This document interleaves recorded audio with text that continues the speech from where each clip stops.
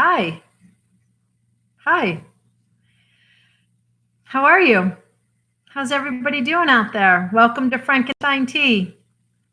Um, I think I'm comfortable. I'm not sure. I am always in this chair. This has become one of my three offices in this building. One, two, three, well, four, including my office. I have like workstations throughout this building. I've commandeered spots where I like to work. This is one of them. Should I show you all the books we've read during Frankenstein Tea? We've read something. It's a lot of reading that we've done. But I don't always read from here. I don't always like how it sounds from here. And my father once gave me feedback. He didn't like how it sounded here. I think it's the high ceiling, but I do have the laptop pretty close to me, so I'm hoping it's good. You can give me a thumbs up out there if you can hear this question. And I went upstairs to read, and there's a workman up there. He's doing a patch job on one of the library walls, which I'm happy to have done while the building is closed, but he's cranking tunes, and so I didn't bug him. It's Friday afternoon, and he wants to crank tunes to get his work done. Have at it. So here I am in this lovely reading room of the Island Free Library for Frankenstein Tea today. Frankenstein Tea is a daily program. It's an afternoon check-in with the Island Free Library, and you are patrons, for us to sort of come together and enjoy a short story. I read, you listen, and, take a time out from your day. How's your day going? How's your week going? How's your anxiety levels? How's your depression? How you feeling? Have you eaten? Have you slept right? All those things, right? Check in with yourself, check in with us. How we doing? We're good. We just had our open library hours. We just did 10 to 2 today outside, and we got it in. There was a few raindrops, but mostly we got it in. We able to provide library services out there quite effectively. We had kids in the back. We had adults in the front. We're good around here. We're okay. We're making it. We're going to get there. We wear our masks. We wear our masks around each other and around with the patrons. We wash our hands. We have, the disinfectant. Our coworker Judy brought us homemade spinach pies. Thank you, Judy. Thumbs up to Judy. She's a big critic of herself. She didn't like them as much as Susanna and I did. We liked them a lot. I'll probably have one more before the day is over. We'll see. I've had plenty, but or maybe I'll save it for lunch tomorrow. Who knows? So we're pretty good. So in this program, we just do our check-in, and sometimes I explain what Frankenstein Tea is. I did that yesterday in depth. So if you're curious, listen to yesterday. But it is a daily program live from the Island Free Library. And yesterday was one of my dearest friend's birthday. And I thought of her all day. I wore a t-shirt that she made. I texted her first thing. I adore her and always have. And, we had an okay time together trying to figure out how to connect on her birthday. We missed each other. We didn't get to connect. And I didn't read for her, and I wanted to, but I woke up this morning and I said, I'm going to find something to read in honor of her birthday. And this is perhaps one of her favorite authors. She definitely loves this author. I can't say it's her total favorite because I'm not positive about that, but it's definitely one of her favorites for sure. So this one's for you, love. Happy birthday.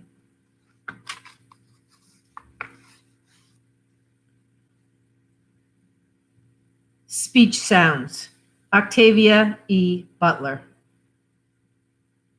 There was trouble aboard the Washington Boulevard bus. Rye had expected trouble sooner or later in her journey.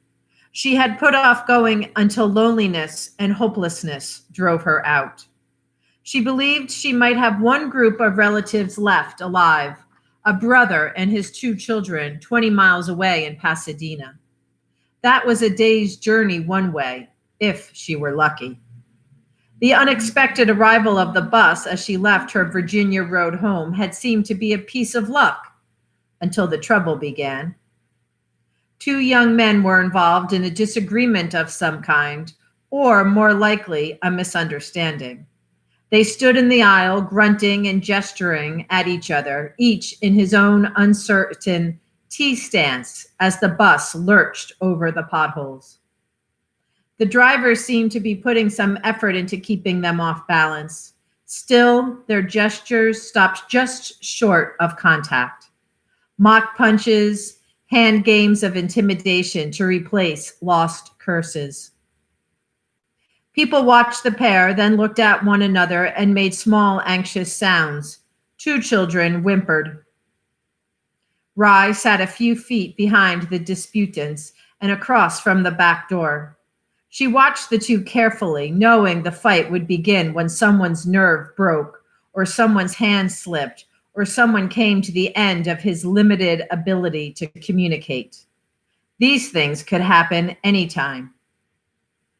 One of them happened as the bus hit an especially large pothole, and one man, tall, thin, and sneering, was thrown into his shorter opponent. Instantly, the shorter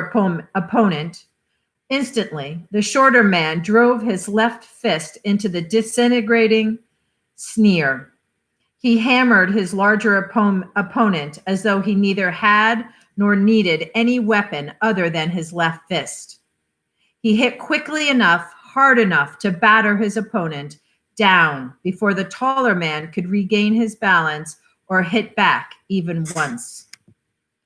People screamed or squawked in fear. Those nearby scrambled to get out of the way.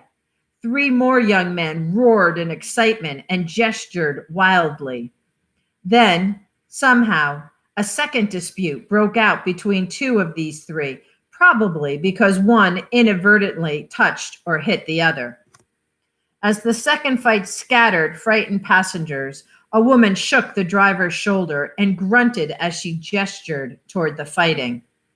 The driver grunted back through bared teeth. Frightened, the woman drew away. Rye, knowing the methods of bus drivers, braced herself and held on to the crossbar of the seat in front of her. When the driver hit the brake, she was ready and the combatants were not. They fell over seats and onto screaming passengers, creating even more confusion. At least one more fight started. The instant the bus came to a full stop, Rye was on her feet, pushing the back door. At the second push, it opened and she jumped out, holding her pack in one arm. Several other passengers followed, but some stayed on the bus. Buses were so rare and irregular now, people rode when they could, no matter what. There might not be another bus today or tomorrow.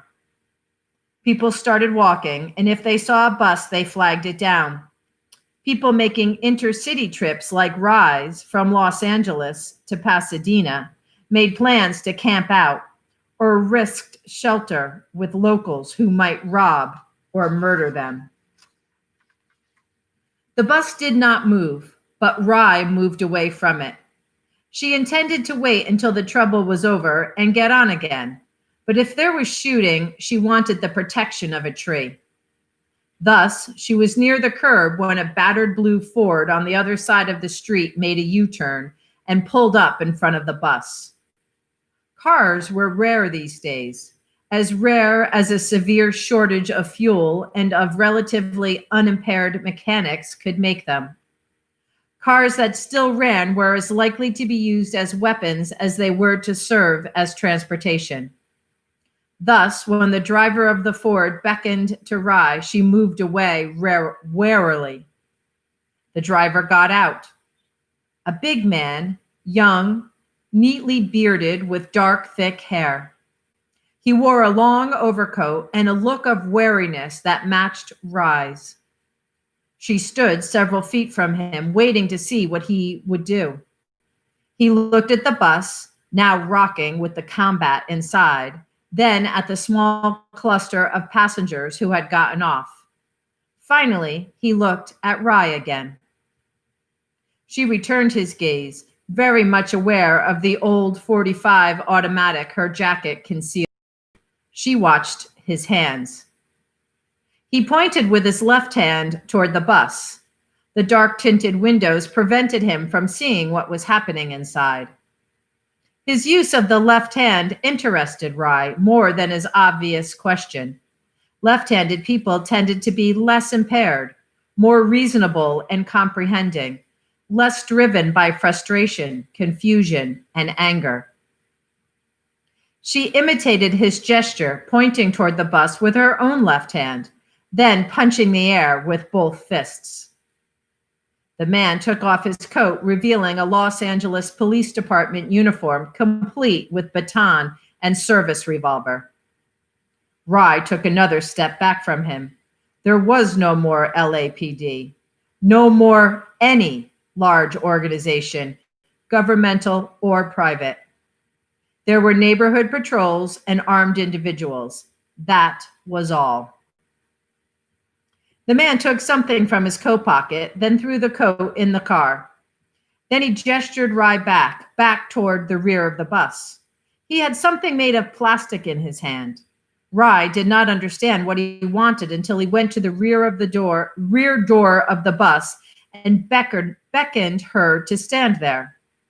She obeyed, mainly out of curiosity. Cop or not, maybe he could do something to stop the stupid fighting.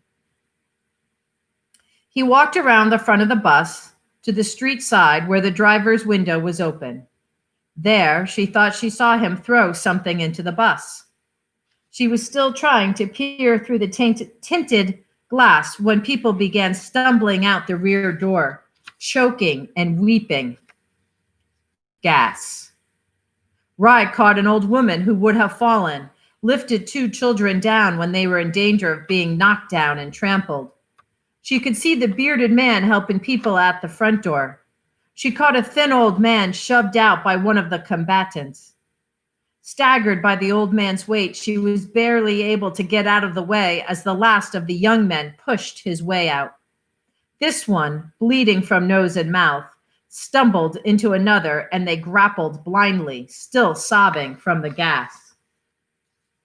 The bearded man helped the bus driver out through the front door, though the driver did not seem to appreciate his help. For a moment, Rye thought there would be another fight. The bearded man stepped back and watched the driver gesture threateningly, watched him shout in wordless anger. The bearded man stood still, made no sound, refused to respond to clearly obscene gestures. The least impaired people tended to do this, stand back unless they were physically threatened, and let those with less control jump and scream. It was as though they felt it beneath them to be as touchy as the less comprehending. This was an attitude people like the bus driver perceived it. Such superiority was frequently punished by beatings, even by death. Rye had had close calls of her own. As a result, she never went unarmed. And in this world, where the only likely common language was body language, being armed was often enough. She had rarely had to draw her gun or even display it. The bearded man's revolver was on constant display. Apparently, that was enough for the bus driver. The driver spat in disgust, glared at the bearded man for a moment longer, then strode back to his gas-filled bus. He stared at it for a moment, clearly wanting to get in, but the gas was still too strong. Of the windows, only his tiny driver's window actually opened. The front door was open, but the rear door would not stay open unless someone held it. Of course, the air conditioning had failed long ago. The bus would take some time to clear. It was the driver's property, his livelihood. He had pasted old magazine pictures of items he would accept as fare on its sides. Then he would use what he collected to feed his family or to trade. If his bus did not run, He did not eat. On the other hand, if the inside of his bus was senseless fighting, he would not eat very well either. He was apparently unable to perceive this. All he could see was that it would be some time before he could use his bus again. He shook his fist at the bearded man and shouted. There seemed to be words in his shout, but Rye could not understand them. She did not know whether this was his fault or hers. She had heard so little coherent human speech for the last 3 years, she was no longer certain how well she recognized it, no longer certain of the degree of her own impairment. The bearded man sighed. He glanced toward his car, then beckoned to Rye. He was ready to leave, but he wanted something from her first. No, no, he wanted her to leave with him. Risk getting into his car when, in spite of his uniform, law and order were nothing, not even words any longer. She shook her head in a universally understood negative, but the man continued to beckon. She waved him away. He was doing what the less impaired rarely did, drawing potentially negative attention to another of his kind. People from the bus had begun to look at her. One of the men who had been fighting tapped another on the arm, then pointed from the bearded man to Rye, and finally held up the first two fingers of his right hand as though giving 2/3 of a Boy Scout salute. The gesture was very quick, its meaning obvious even at a distance. She had been grouped with the bearded man. Now what? The man who had made the gesture started toward her. She had no idea what he intended, but she stood her ground. The man was a half-foot taller than she was and perhaps 10 years younger. She did not imagine she could outrun him, nor did she expect anyone to help her if she needed help. The people around her were all strangers. She gestured once, a clear indication to the man to stop. She did not intend to repeat the gesture. Fortunately, the man obeyed. He gestured obscenely, and several other men laughed. Loss of verbal language had spawned a whole new set of obscene gestures. The man, with stark simplicity, had accused her of sex with the bearded man and had suggested she accommodate the other men present, beginning with him. Rye watched him warily. People might very well stand by and watch if he tried to rape her. They would also stand and watch her shoot him. Would he push things that far? He did not. After a series of obscene gestures that brought him no closer to her, he turned contemptuously and walked away. And the bearded man still waited. He had removed his service revolver, holster and all. He beckoned again, both hands empty. No doubt his gun was in the car and within easy reach, but his taking it off impressed her. Maybe he was all right. Maybe he was just alone. She had been alone herself for 3 years. The illness had stripped her, killing her children one by one, killing her husband, her sister, her parents. The illness, if it was an illness, had cut even the living off from one another. As it swept over the country, people hardly had time to lay blame on the Soviets, though they were falling silent along with the rest of the world, on a new virus, a new pollutant, radiation, divine retribution. The illness was stroke swift in the way it cut people down, and stroke-like in some of its effects, but it was highly specific. Language was always lost or severely impaired. It was never regained. Often there was also paralysis, intellectual impairment, death. Rye walked toward the bearded man, ignoring the whistling and applauding of the two young men and their thumbs-up signs to the bearded man. If he had smiled at them or acknowledged them in any way, she would almost certainly have changed her mind. If she had let herself think of the possible deadly consequences of getting into a stranger's car, she would have changed her mind. Instead, she thought of the man who lived across the street from her. He rarely washed since his bout with the illness, and he had gotten into the habit of urinating wherever he happened to be. He had two women already, one tending each of his large gardens. They put up with him in exchange for his protection. He had made it clear that he wanted Rye to become his third woman. She got into the car and the bearded man shut the door. She watched as he walked around to the driver's door, watched for his sake because his gun was on the seat beside her. And the bus driver and a pair of young men who had come a few steps closer. They did nothing, though, until the bearded man was in the car. Then, away, several rocks bounced off harmlessly. When the bus was some distance behind them, Rye wiped sweat from her forehead and longed to relax. The bus would have taken her more than halfway to Pasadena. She would have had only 10 miles to walk. She wondered how far she would have to walk now, and wondered if walking a long distance would be her only problem. At Figueroa and Washington, where the bus normally made a left turn, the bearded man stopped, looked at her, and indicated that she should choose a direction. When she directed him left and he actually turned left, she began to relax. If he was willing to go where she directed, perhaps he was safe. As they passed blocks of burned, abandoned buildings, empty lots, and wrecked or stripped cars, he slipped a gold chain over his head and handed it to her. The pendant attached to it was a smooth, glassy black rock, obsidian. His name might be Rock or Peter or Black, but she decided to think of him as Obsidian. Even her sometimes useless memory could retain a name like Obsidian. She handed him her own name symbol, a pin in the shape of a large golden stalk of wheat. She had bought it long before the illness and the silence began. Now she wore it, thinking it was as close as she was likely to come to Rye.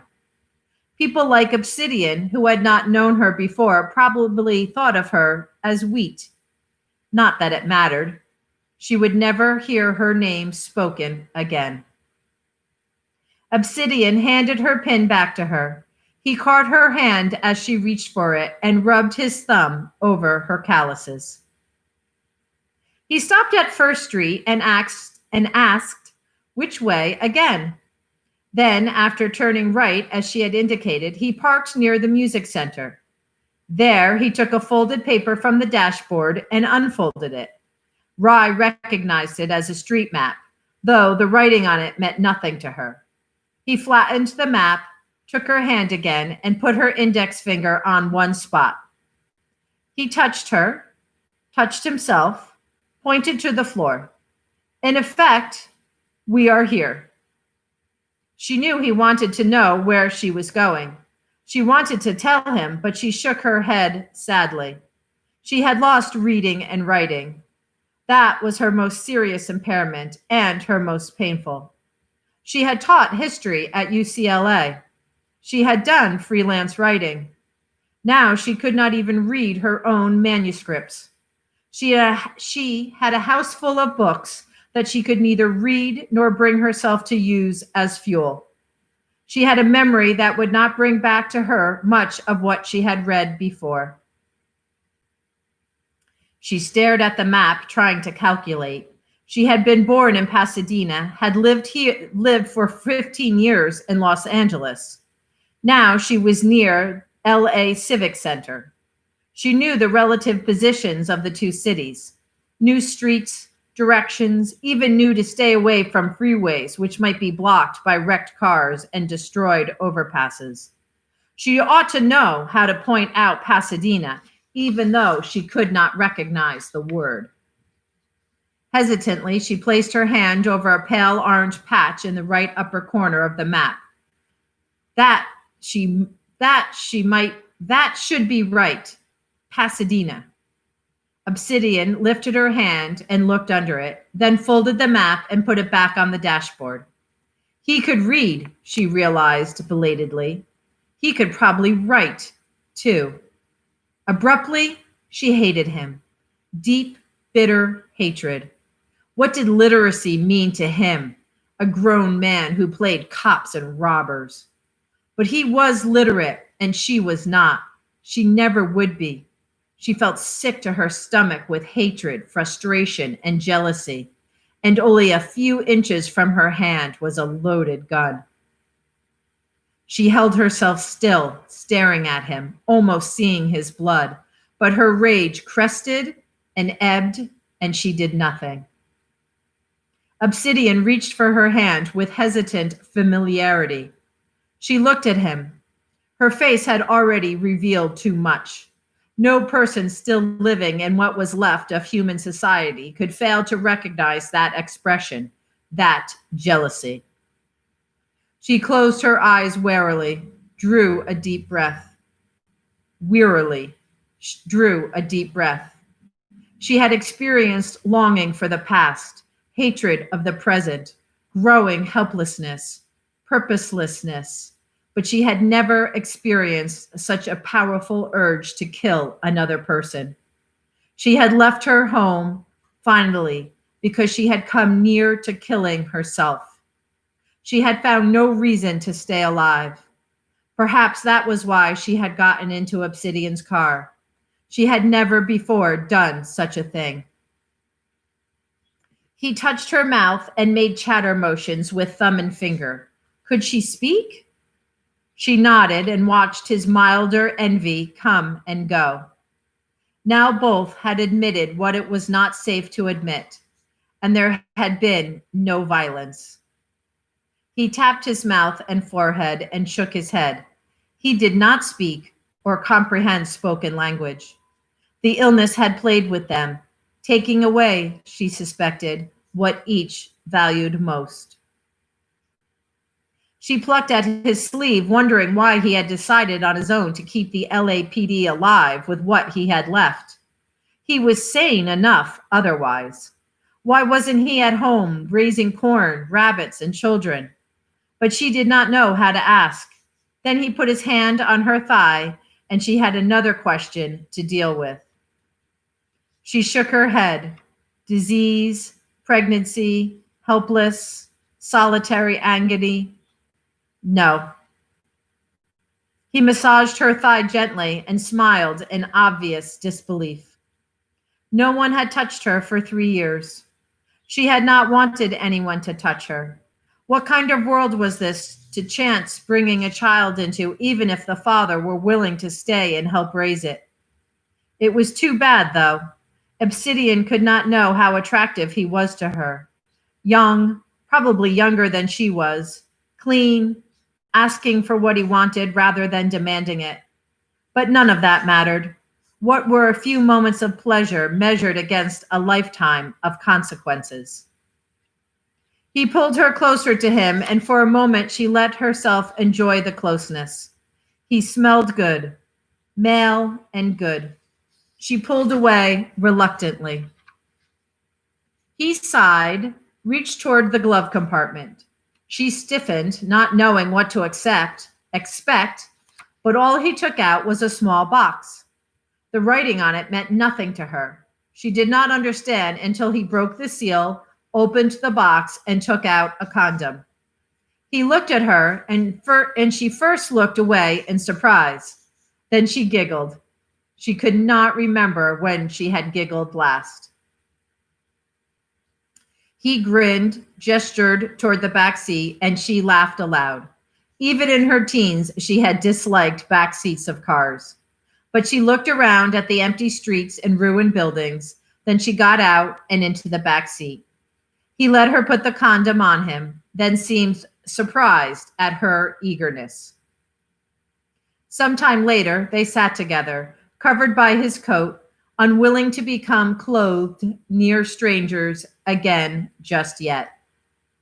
He made rock the baby gestures and looked questioningly at her. She swallowed, shook her head. She did not know how to tell him her children were dead. He took her hand and drew a cross in it with his index finger, then made his baby rocking gesture again. She nodded, held up 3 fingers, then turned away, trying to shut out a sudden flood of memories. She had told herself that the children growing up now were to be pitied. They would run through the downtown canyons with no real memory of what the buildings had been or even how they had come to be. Today's children gathered books as well as wood to be burned as fuel. They ran through the streets chasing one another and hooting like chimpanzees. They had no future. They were now all they would ever be. He put his hand on her shoulder and she turned suddenly, fumbling for his small box, then urging him to make love to her again. He could give her forgetfulness and pleasure. Until now, nothing had been able to do that. Until now, every day had brought her closer to the time when she would do what she had left home to avoid doing, putting her gun in her mouth and pulling the trigger. She asked Obsidian if he would come home with her, stay with her. He looked surprised and pleased once he understood, but he did not answer at once. Finally, he shook his head as she feared he might. He was probably having too much fun playing cops and robbers and picking up women. She dressed in silent disappointment, unable to feel any anger toward him. Perhaps he had already had a wife and a home. That was likely. The illness had been harder on men than on women, had killed more men, had left male survivors more severely impaired. Men like Obsidian were rare. Women either settled for less or stayed alone. If they found an Obsidian, they did what they could to keep him. Rye suspected he had someone younger, prettier, keeping him. He touched her while she was strapping her gun on and asked with a complicated series of gestures whether it was loaded. She nodded grimly. He patted her arm. She asked once more if he would come with her, this time using a different series of gestures. He had seemed hesitant. Perhaps he could be courted. He got out and into the front seat without responding. She took her place in front again, watching him. Now he plucked at his uniform and looked at her. She thought she was being asked something, but she did not know what it was. He took off his badge, tapped it with one finger, then tapped his chest. Of course. She took the badge from his hand and pinned her wheat stalk to it. If playing cops and robbers was his only insanity, let him play. She would take him, uniform and all. It occurred to her that she might eventually lose him to someone he would meet as he had met her, but she would have him for a while. He took the street map down again, tapped it, pointed vaguely northeast toward Pasadena, then looked at her. She shrugged, tapped his shoulder, then her own, and held up her index and second fingers tight together, just to be sure. He grasped the 2 fingers and nodded. He was with her. She took the map from him and threw it onto the dashboard. She pointed back, southwest, back toward home. Now she did not have to go to Pasadena. Now she could go on having a brother there and 2 nephews, 3 right-handed males. Now she did not have to find out for certain whether she was as alone as she feared. Now she was not alone. Obsidian took Hill Street south, then Washington west, and she leaned back, wondering what it would be like to have someone again. With what she had scavenged, what she had preserved, what she grew, there was easily enough food for them. There was certainly room enough in a 4-bedroom house. He could move his possessions in. Best of all, the animal across the street would pull back and possibly not force her to kill him. Obsidian had drawn her closer to him, and she put her head on his shoulder, where suddenly he braked hard, almost throwing her off the seat. Out of the corner of her eye, she saw that someone had run across the street in front of the car. One car on the street, and someone had to run in front of it. Straightening up, Rye saw that the runner was a woman, fleeing from an old frame house to a boarded-up storefront. She ran silently, but the man who followed her a moment later shouted what sounded like garbled words as he ran. He had something in his hand, not a gun, a knife, perhaps. The woman tried a door, found it locked, looked around desperately, finally snatched up a fragment of glass broken from the storefront window. With this, she turned to face her pursuer. Rye thought she would be more likely to cut her own hand than to hurt anyone else with the glass. Obsidian jumped from the car, shouting. It was the first time Rye had heard his voice, deep and hoarse from disuse. He made the same sound over and over, the way some speechless people did. Da, da, da. Rye got out of the car as Obsidian ran toward the couple. He had drawn his gun. Fearful, she drew her own and released the safety. She looked around to see who else might be attracted to the scene. She saw the man glance at Obsidian, then suddenly lunge at the woman. The woman jabbed his face with her glass. He caught her arm and managed to stab her twice before Obsidian shot him. The man doubled, then toppled, clutching his abdomen. Obsidian shouted, then gestured Rye over to help the woman. Rye moved to the woman's side, remembering that she had little more than bandages and antiseptic in her pack. But the woman was beyond help. She had been stabbed with a long, slender boning knife. She touched Obsidian to let him know the woman was dead. He had bent to check the wounded man who lay still and also seemed dead. But as Obsidian looked around to see what Rye wanted, the man opened his eyes.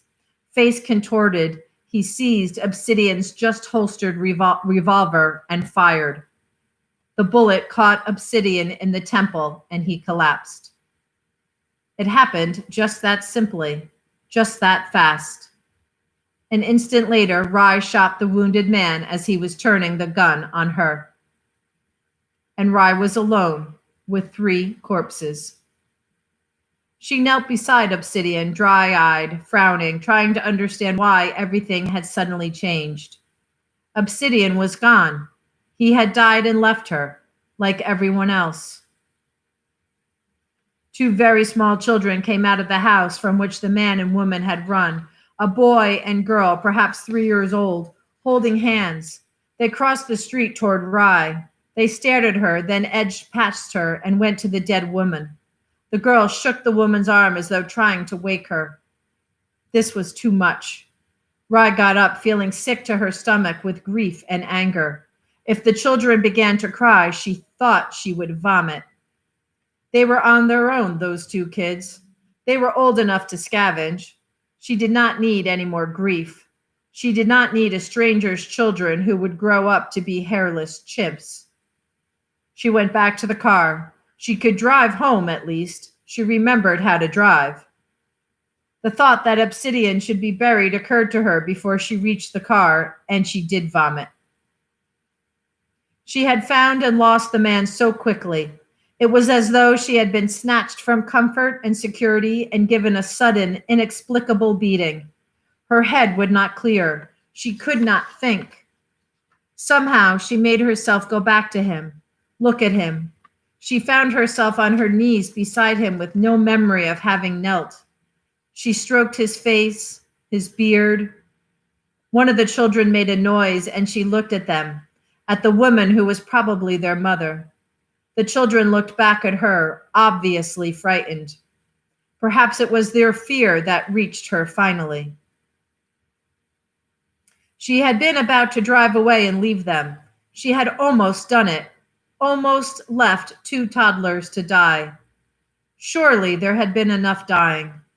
She would have to take the children home with her. She would not be able to live with any other decision. She looked around for a place to bury 3 bodies, or 2. She wondered if the murderer were the children's father. Before the silence, the police had always said some of the most dangerous calls they went on were domestic disturbance calls. Obsidian should have known that. Not that the knowledge would have kept him in the car. It would not have held her back either. She could not have watched the woman murdered and done nothing. She dragged Obsidian toward the car. She had nothing to dig with her and no one to guard for her while she dug. Better to take the bodies with her and bury them next to her husband and her children. Obsidian would come home with her after all. When she had gotten him onto the floor in the back, she returned for the woman. The little girl, thin, dirty, solemn, stood up and unknowingly gave Rye a gift. As Rye began to drag the woman by her arms, the little girl screamed, "No!" Rye dropped the woman and stared at the girl. "No!" the girl repeated.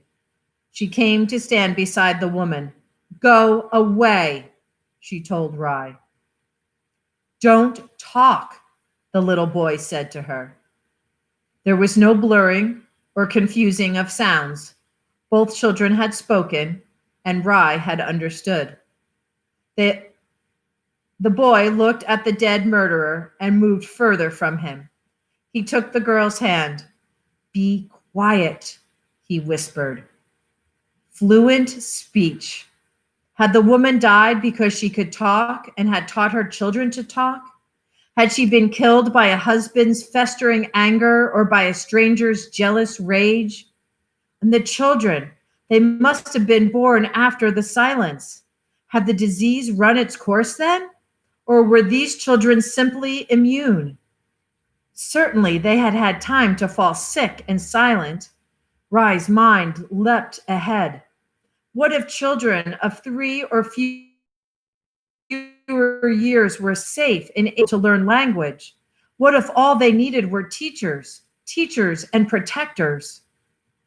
Rye glanced at the dead murderer. To her shame, she thought she could understand some of the passions that must have driven him, whoever he was. Anger, frustration, hopelessness, insane jealousy. How many more of them, of him, were there? People willing to destroy what they could not have. Obsidian had been the protector, had chosen that role for who knew what reason. Perhaps putting on an obsolete uniform and patrolling the empty streets had been what he did instead of putting a gun into his mouth. And now that there was something worth protecting, he was gone. She had been a teacher, a good one. She had been a protector too, though only of herself. She had kept herself alive when she had no reason to live. If the illness let these children alone, she could keep them alive. Somehow she lifted the dead woman into her arms and placed her on the back seat of the car. The children began to cry, but she knelt on the broken pavement and whispered to them, fearful of frightening them with the harshness of her long, unused voice. "It's all right," she told them. "You're going with us too. Come on." She lifted them both, one in each arm. They were so light. Had they been getting enough to eat? The boy covered her mouth with his hand, but she moved her face away. "It's all right for me to talk," she told him. "As long as no one's around, it's all right." She put the boy down on the front seat of the car, and he moved over without being told to make room for the girl. When they were both in the car, Rye leaned against the window, looking at them, seeing that they were less afraid now, that they watched her with at least as much curiosity as fear. "I'm Valerie Rye," she said, savoring the words. "It's all right for you to talk to me."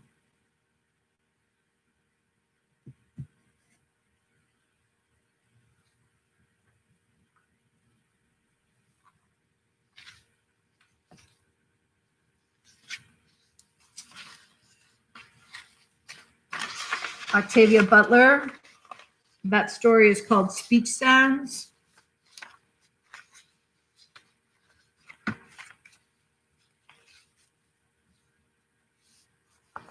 Folks who come to Frankenstein Tea know that I pre-read stories. And obviously I was hesitant to read that one. But I thought the ending was terrific. So I plunged ahead, and I'm glad some of you stuck it out with me. Octavia Butler is a science fiction writer. I'm going to read you something that Isaac Asimov said here, in an introduction here. Here is Octavia Butler, the third of the women represented by stories in this volume. I have never met her, but I would certainly like to, for she is described to me as a large and impressive woman over 6 feet tall, and I like to admire statuesque women. There's a queer double image of science fiction, by the way. To some people who don't read science fiction, there is the feeling, I suspect, that the field is made up simply of a collection of stories in which writers predict the technological wonders of tomorrow. This insistence on prediction comes up whenever I am interviewed. I am constantly being asked to talk about the future, and a disquietingly large number of questions begin with, "What do you predict for?" It could be anything. The most recent question of the sort was, "What do you predict for the future of Philadelphia?" On the other hand, there are also people who, through a surfeit,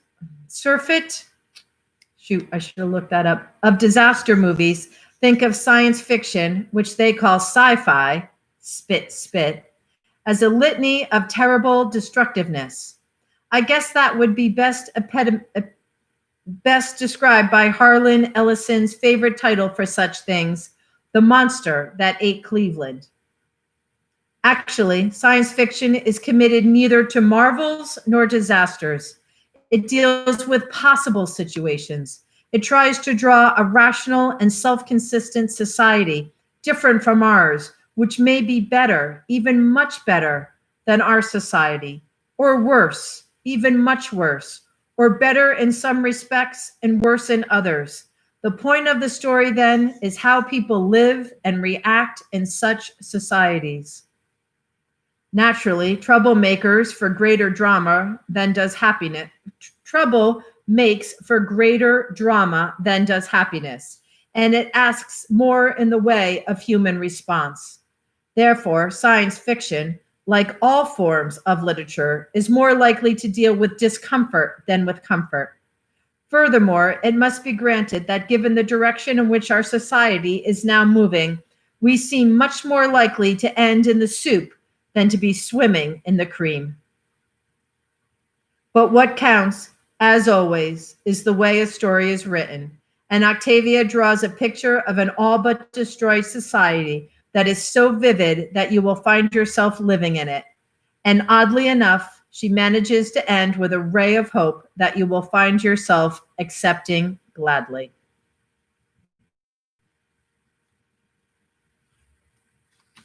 I found this, and again, I read this in honor of my friend's birthday, as that's one of her favorite authors. But I don't know when that was written, and I might have to find that out. We'll see. Anyway, thanks for coming to Frankenstein Tea. Things for you to think about there. As always, if you didn't like today's story, listen to others. If you like today's story, great. There's more out there and more to come. See you tomorrow at 3 o'clock. Have a great afternoon, everybody. Peace. Hi and bye, Dad and Mom. Bye.